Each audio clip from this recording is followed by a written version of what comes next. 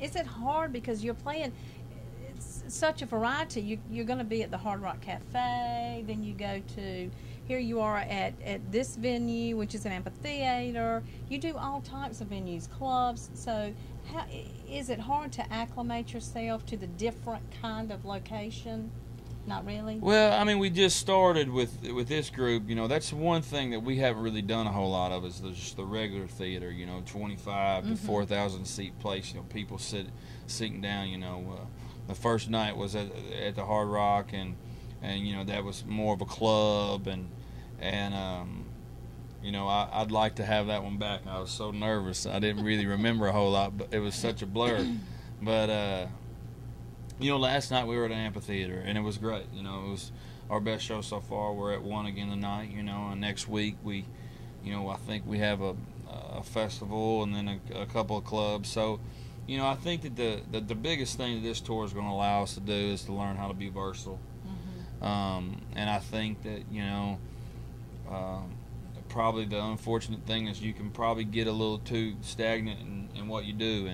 And one thing that I've always tried to do is try to stay as far away from my show being a routine and being every kind of consistent, everything the same every night, because I think that not only does the crowd know when lines are rehearsed and things are, you know, you said that last night wherever you were. I know you did. You know, I always felt like I picked up on that as a fan, and I just think that, you know, not always. You know, as you can see, I can get a little long-winded, and I don't have much of a filter. But I think for the most part, you know, that's when they see that regular side of you, you know, hopefully that's where the connections are strong. Well, how did this happen with Lady Antebellum, this tour?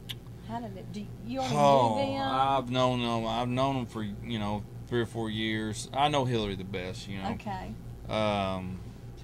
You know, I mean, I really don't know. I know that when they first started, you know, thinking about it, that they'd tossed my name in the mix, and you know, I don't know if they'd say this on camera, but Dave told me the other night they just wanted me because they wanted to listen to me every night. They didn't want somebody out here that they didn't want to listen to. So he could have just been, you know, trying to make me feel good, and it made me feel good. It did. That's wonderful. Very good. They're good people, you know. I mean, they truly are. You know, I've got a chance, you know, over the course of 3 nights to see every part of their show, and you know, to go from the first time I ever saw Hillary Scott, you know, sitting in on a Sunday afternoon at Tootsie's, and I didn't know who she was from, you know, anybody else, and I knew I could just see, it was more than potential then. You know, I felt like she was already a superstar. To see it at this level now, you know, where she's up there. I mean, she's a young woman now, you know, and she's a superstar. I mean, that's the only way you can say it. You know, now she was a superstar then. Now, you know, her checkbook proves it. She won a lot of awards. That too. Yes. Okay. Well, you took the long road to success, like many of the older country artists, instead of the short road.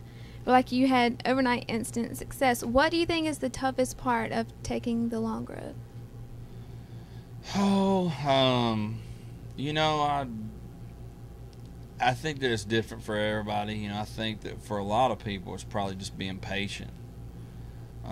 With me, it was more so desperation. You know, I didn't have a clue what in the world else I would do. So it was more or less I was going to have to keep chasing it. And I always told people I was going to keep chasing it until someone a good Lord upstairs, pulled me to the side and said, "Look here, kid, it ain't in the cards." But the main thing for me was I felt like that the good Lord had blessed me with talent for a reason, and I did. You know, it was hard to figure out. You know, well, yeah, I can sing, but am I supposed to be singing in Nashville? Am I supposed to be singing in church? Am I supposed to be singing? You know, and just because you can sing doesn't necessarily mean you're supposed to be singing on CMT or GAC or winning CMA awards. So the biggest thing for me was I and even today, I'm very content with the impact that I've made. That's what I've always said I wanted to do. If I could get the respect of my peers and feel like I left Nashville, and when the name David Nell came up, people said, man, that guy made one of the best records ever to come out of this city. Maybe not record sales wise, maybe not radio hits wise, but just as a piece of music. And you know, I'll say there's a lot of people that have had more commercial success that may have been more deserving of this opportunity, but that's how I judge that. You know, the fact that an act like Lady Antebellum wanted me to be a part of it. You know, at the end of the day, I know enough about the business that, you know, that decision can't be made simply because they like me as a person, or our wives or friends, or we've been friends. You know, at the end of the day, you know, they want their fans to feel like they have a good taste of music, and hopefully that'll be the case. Well, our Country Cafe viewers certainly do think David Nell is wonderful.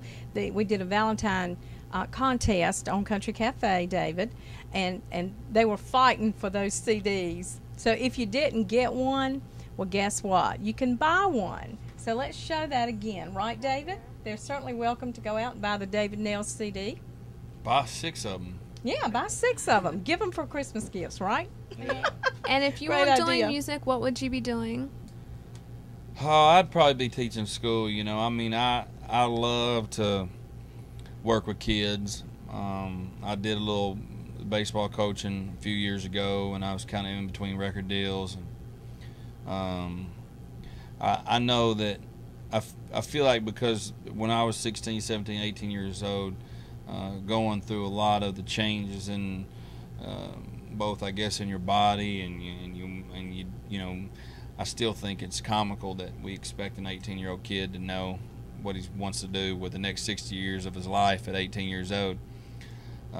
So that's something that I've always, you know, had an interest in, of, you know, encouraging kids to just go out there. And when people ask me for advice all the time now, mostly it's about music and stuff, and I just tell them, you know, it's something that you can't, you know, you can't halfway do it. You know, you can't just move to Nashville and wait for somebody to knock on your door and you're going to get a record deal. And it's the same way with being a doctor. It's the same way with being a school teacher. And I think, unfortunately, a lot of kids, you know, expect to know at 18, and when they don't know, they get discouraged, and that's when they kind of start throwing, you know, a line in a lot of different ponds, and waiting to see, you know, whatever, you know, gets caught. And so I